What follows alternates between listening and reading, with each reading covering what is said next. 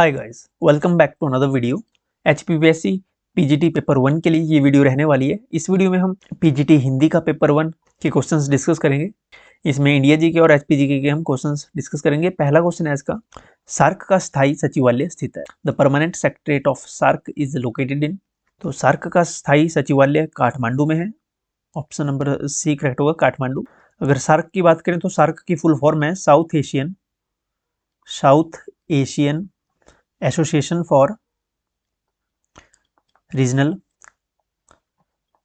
Cooperation. SAARC की स्थापना हुई थी 1985 को बांग्लादेश के ढाका में,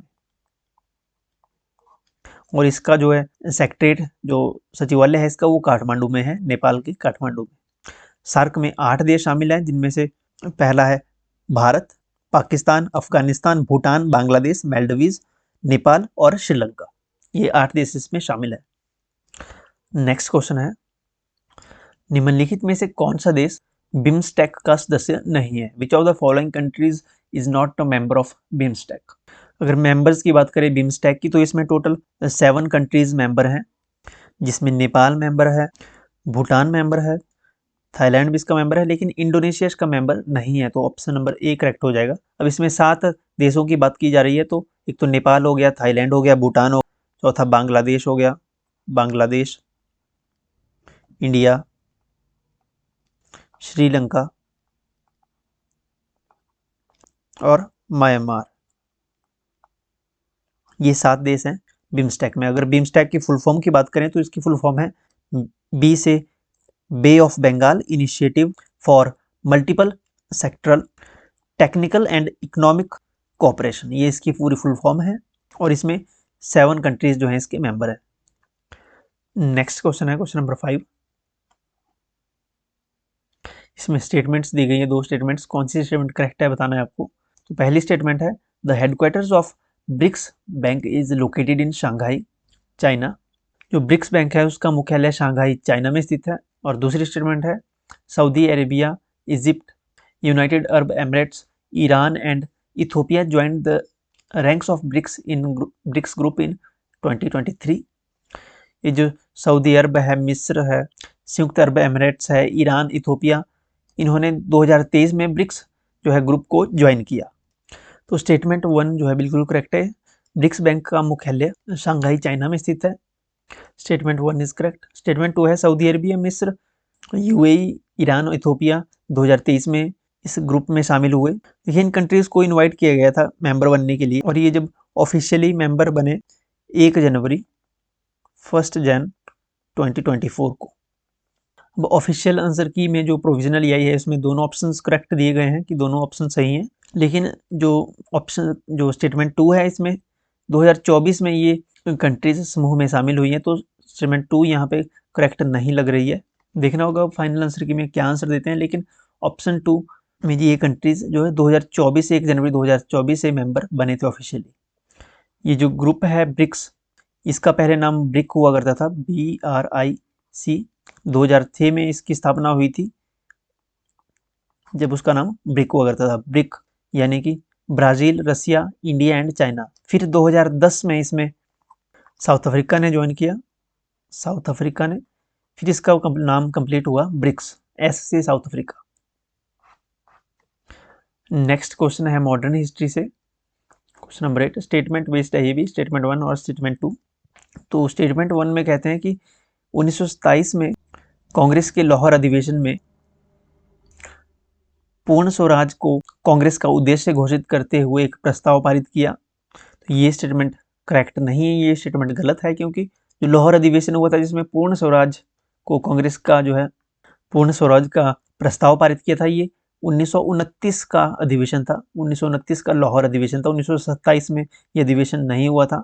जो अधिवेशन 1927 में हुआ था उसमें इसमें साइमन कमीशन के बहिष्कार का प्रस्ताव पारित किया गया था। तो ये स्टेटमेंट तो गलत हो गई, क्योंकि 1929 में हुआ था पूर्ण स्वराज का प्रस्ताव पारित। और दूसरी स्टेटमेंट है, सविनय अवज्ञा आंदोलन की शुरुआत 1922 में दांडी मार्च से हुई थी। तो ये स्टेटमेंट तो गलत है, क्योंकि 1922 में दांडी मार्च नहीं हुई थी। 1922 में चौरा चौरी कांड हुआ था 1922 में। तो स्टेटमेंट 2 भी गलत है, यानी कि कथन 1 और कथन 2 जो है, कथन 2 दोनों गलत हैं। ओके, ऑप्शन बी करेक्ट होगा। कथन 1 और कथन 2 दोनों यहाँ पे गलत दिए गए हैं।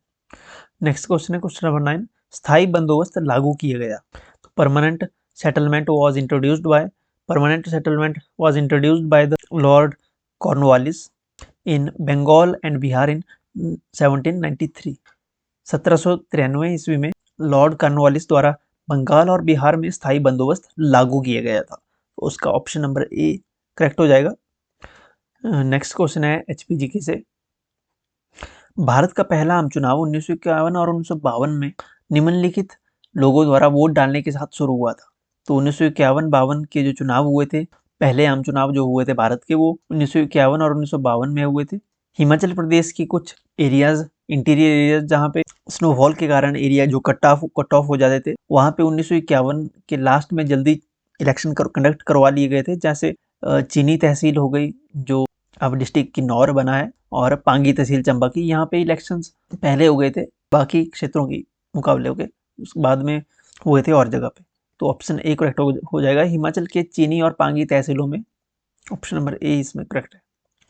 अगला क्वेश्चन है question number 19, in which year and date Himachal Pradesh was organised as chief commissionery, how many hill princely states were merged. Himachal Pradesh को मुख्य आयुक्त के रूप में किस वर्ष और किस तारीख में गठित किया गया था, और कितनी पहाड़ी रियासतों का विलय किया गया था। तो हिमाचल प्रदेश को मुख्य आयुक्त के रूप में 15 अप्रैल 1948 को गठित किया गया था, और 30 छोटी बड़ी रियासतों को मिलाकर हिमाचल प्रदेश का गठन किया गया था।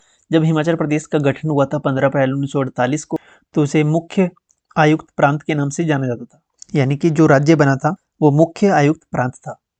इसके बाद 1951 को हिमाचल प्रदेश को पार्ट सी की कैटेगरी में, यानी कि पार्ट सी स्टेट का दर्जा दिया गया 1951 को। और 1951 में मुख्य आयुक्त के स्थान पर उपराज्यपाल को चुना गया, उपराज्यपाल बनाए गए। उपराज्यपाल कौन बने? 1952 में उपराज्यपाल बने मेजर जनरल हिम्मत सिंह। मेजर जनरल हिम्मत सिंह जो है उपराज्यपाल चुने गए। अगला क्वेश्चन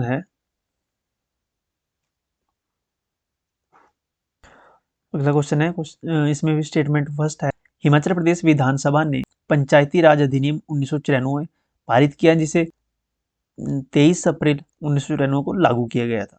तो पंचायती राज हिमाचल प्रदेश में 1994 में पारित किया गया था और 23 अप्रैल 1994 से लागू किया गया था। ये स्टेटमेंट बिल्कुल करेक्ट है। और दूसरी स्टेटमेंट है, हिमाचल प्रदेश में पंचायती राज अधिनियम की धारा 97D के अनुसार अनुसूचित जातियों के लिए आरक्षण केवल ग्राम और ब्लॉक स्तर पर प्रदान किया जाता है। तो ये स्टेटमेंट करेक्ट नहीं है, ये स्टेटमेंट गलत है। तो ऑप्शन बी करेक्ट होगा इसमें। कथन 1 सही है, लेकिन कथन 2 गलत है। ऑप्शन नंबर सी करेक्ट होगा। अगला क्वेश्चन है, among the emerging generative AI technologies, which of the following tool produce realistic photos based on text input। जो emerging generative AI टेक्नोलॉजी है, इनमें से कौन सा टूल है जो टेक्स्ट इनपुट के आधार पर रियलिस्टिक फोटोज तैयार करता है? तो ये जो एप्लीकेशन है वो है डल ई ऐप है ये। ओके, ऑप्शन बी करेक्ट होगा, डल ई ऐप। अगला क्वेश्चन है, When did Parliament pass the Public Examination Prevention of Unfair Means Bill 2024, which aims to prevent use of unfair means in public examination in order to bring greater transparency, fairness, and credibility? Also, how many actions amount of using unfair means in public examination? तो संसद ने ये विधेयक कब पारित किया? 2024, जिसका उद्देश्य जो है पारदर्शिता, निष्पक्षता और विश्वसनीयता लाने के लिए सार्वजनिक परीक्षाओं में अनुचित साधनों का उपयोग को रोकना है। यानी नकल वगैरह जो है, इलेक्ट्रॉनिक गैजेट को अगर ले जाता है तो उनको चीटिंग वगैरह को रोकना है, ट्रांसपेरेंसी लाना है एग्जामिनेशन में। तो ये बिल पास हुआ 6 अप्रैल 2024 को, 6 फेब 2024 को। 15 actions. Okay, option C correct होगा। 6 फरवरी 2024 को ये बिल पास हुआ पार्लियामेंट में। इंपॉर्टेंट क्वेश्चन था ये। लास्ट क्वेश्चन है आज का, Which of the following rivers does not pass through Himachal Pradesh? Himachal Pradesh में से कौन सी नदी नहीं गुजरती है? बिल्कुल इजी क्वेश्चन है, सभी को पता है, झेलम नदी हिमाचल प्रदेश में नहीं गुजरती है। झेलम नदी जम्मू कश्मीर में है, JNK में। व्यास, रावी, सतलुज ये हिमाचल की नदियां हैं। सतलुज हिमाचल प्रदेश की सबसे लंबी नदी है। हिमाचल प्रदेश की सबसे लॉन्गेस्ट रिवर है सतलुज। इन केस आपने टेलीग्राम और व्हाट्सएप चैनल हमारा ज्वाइन नहीं किया है तो लिंक डिस्क्रिप्शन में है, आप ज्वाइन कर सकते हो। वीडियो देखने के लिए धन्यवाद। आपका दिन शुभ रहे। Thank you so much.